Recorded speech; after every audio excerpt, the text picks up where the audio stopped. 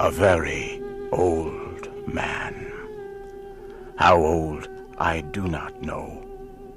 It is possible I am 100, maybe more. I cannot tell, because I have never aged as other men do. So far as I can remember, I have always been a man of about 30. I appear today as I did 40 years ago, yet I feel that I cannot go on living forever. Someday, I will die the real death from which there is no escape. I do not know why I should fear death, I who have died 2 times, and am still alive. I have never told this story. I know the human mind will not believe what it cannot understand. I cannot explain what happened to me. I can only tell of the 10 years my dead body lay undiscovered in an Arizona cave.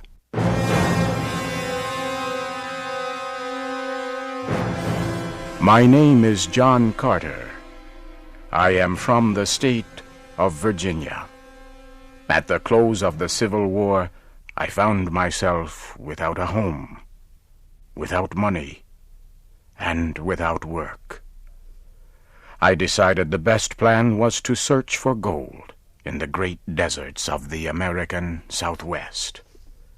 I spent almost a year searching for gold with another former soldier, Captain James Powell, also of Virginia. We were extremely lucky. In the winter of 1865, we found rocks that held gold. Powell was trained as a mining engineer. He said we had uncovered over $1 million worth of gold in only 3 months. But the work was slow, with only 2 men and not much equipment. So we decided Powell should go to the nearest settlement to seek equipment and men to help us with the work. On March 3rd, 1866, Powell said goodbye. He rode his horse down the mountain toward the valley. I followed his progress for several hours. The morning Powell left was like all mornings in the deserts of the great Southwest, clear and beautiful. Not much later, I looked across the valley.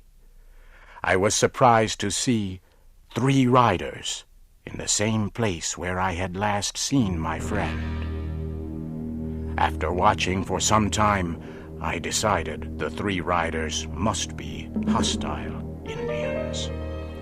Powell, I knew, was well armed and an experienced soldier, but I knew he would need my aid.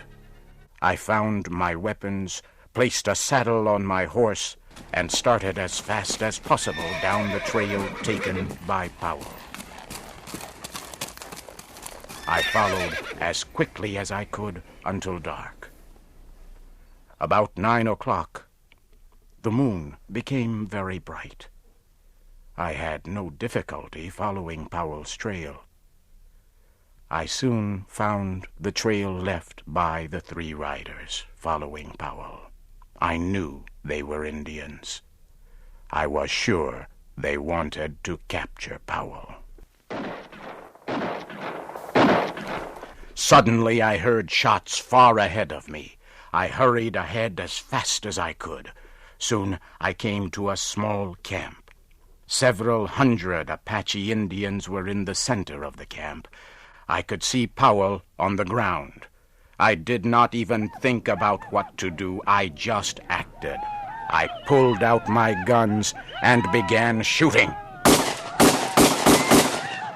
The Apaches were surprised and fled. I forced my horse into the camp and toward Powell. I reached down and pulled him up on the horse by his belt. I urged the horse to greater speed. The Apaches, by now, realized that I was alone and quickly began to follow. We were soon in very rough country. The trail I chose began to rise sharply.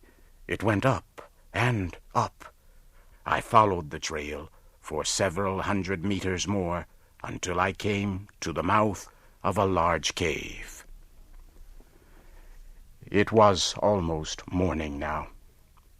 I got off my horse and laid Powell on the ground. I tried to give him water, but it was no use. Powell was dead. I laid his body down and continued to the cave. I began to explore the cave. I was looking for a safe place to defend myself, or perhaps for a way out, but I became very sleepy. It was a pleasant feeling. My body became extremely heavy. I had trouble moving. Soon I had to lay down against the side of the cave. For some reason, I could not move my arms or legs. I lay facing the opening of the cave. I could see part of the trail that had led me here. And now I could see the Apaches. They had found me, but I could do nothing. Within a minute, one of them came into the cave. He looked at me, but he came no closer. His eyes grew wide. His mouth opened. He had a look of terror on his face. He looked behind me for a moment and then fled. Suddenly, I heard a low noise behind me. So could the rest of the Apaches. They all turned and fled. The sound became louder, but still I could not move. I could not turn my head to see what was behind me. All day I lay like this. I tried again to rise and again, but I still could not move. Then I heard a sharp sound. It was like a steel wire breaking. I quickly stood up. My back was against the cave wall. I looked down. There before me lay my body.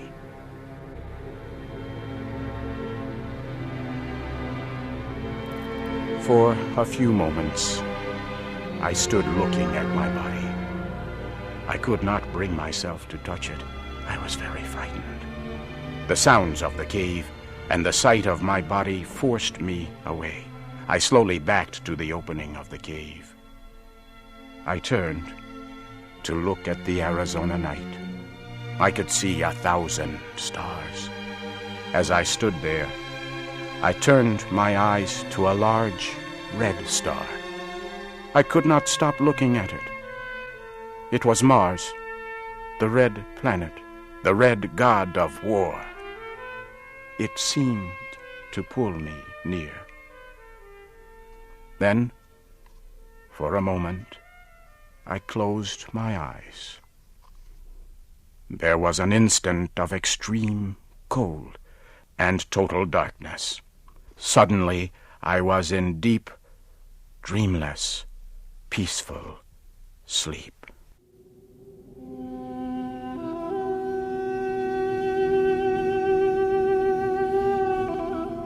I opened my eyes upon a very strange land. I immediately knew then I was on Mars. Not once did I question this fact. My mind told me I was on Mars, as your mind tells you that you are upon Earth. You do not question the fact. Nor did I. I found myself lying on a bed of yellow-colored grass that covered the land for kilometers. The time was near the middle of the day, and the sun was shining full upon me. It was warm. I decided to do a little exploring. Springing to my feet, I received my first Martian surprise. The effort to stand carried me into the Martian air to the height of about 1 meter. I landed softly upon the ground, however, without incident. I found that I must learn to walk all over again. My muscles were used to the gravity of Earth. Mars has less gravity. My attempts to walk resulted in jumps and hops, which took me into the air. I once landed on my face. I soon learned that it took much less effort for me to move on Mars than it did on Earth. Near me was a small, low wall. Carefully, I made my way to the wall and looked over. It was filled with eggs, some already broken open. Small, green creatures were in them. They looked at me with huge red eyes. As I watched the fierce-looking creatures, I failed to hear 20 full-grown Martians coming from behind me. They had come without warning. As I turned, I saw them.